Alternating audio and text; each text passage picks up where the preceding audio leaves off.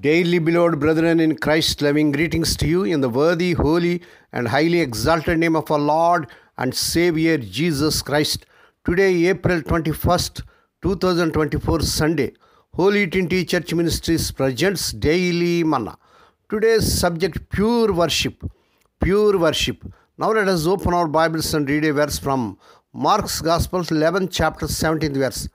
My house will be called a house of prayer. May God add His blessings through the reading of His precious word. Dear children of God, saints of God, Sunday is Lord's Day, Worship Day, Holy Day, Resurrection Day, Lord's Day. Let us go to the house of God and worship the Lord with the Spirit and truth, because our Lord is worthy to receive glory and honor. Dear children of God, saints of God, Brother Jose pastored a church known for its program and theatrical productions. They were well done, yet he worried the church's busyness had slipped into busyness. Was the church growing for the right reasons or because of its activities?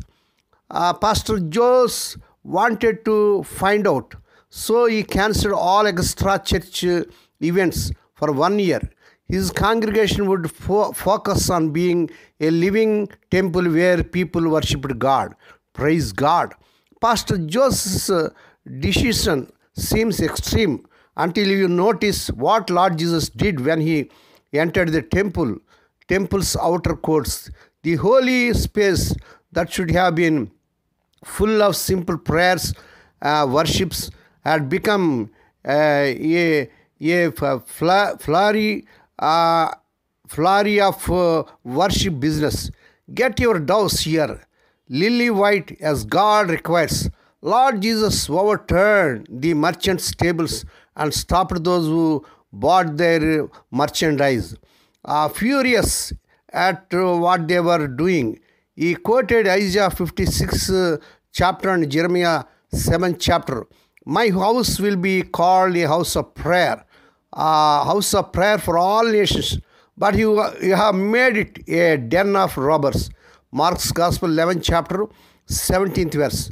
The court of the Gentiles, the place for outsiders to worship God, had been turned into a mundane marketplace for making money.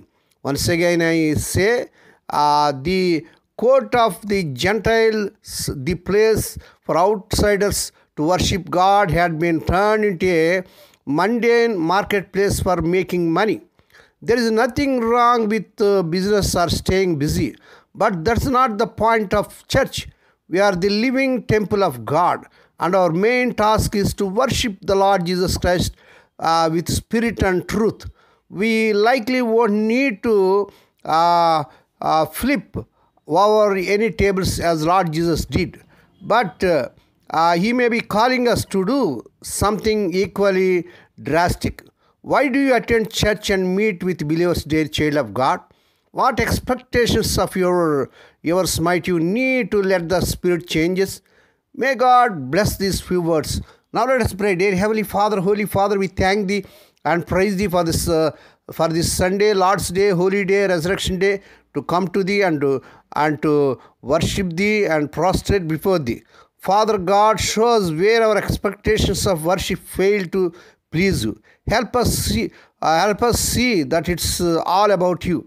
Lord, we pray for those who are celebrating their wedding anniversaries and birthdays today. Lord, bless them and crown the Lord with the air of mercy, grace, and gladness. Perform a new thing in their life. Lord, we pray for the sick and suffering. Lord, let the healing virtues surge through their bodies.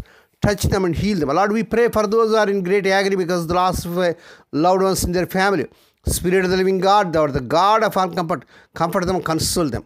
Lord, we pray for Thy servants as they are serving in the vineyard. Use them mightily to win many souls and meet all their needs. Lord, we pray for Thy children as they are going out and coming in throughout this day. Deliver them from all dangers and actions. Give them safe journeys. We commit all these things to Thy mighty hands. We ask Thee and give Thee thanks in the worthy, holy, and highly exalted name of our Lord and Savior Jesus Christ. Amen.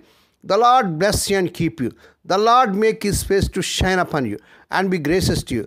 The Lord lift up His countenance upon you and give you peace. Amen.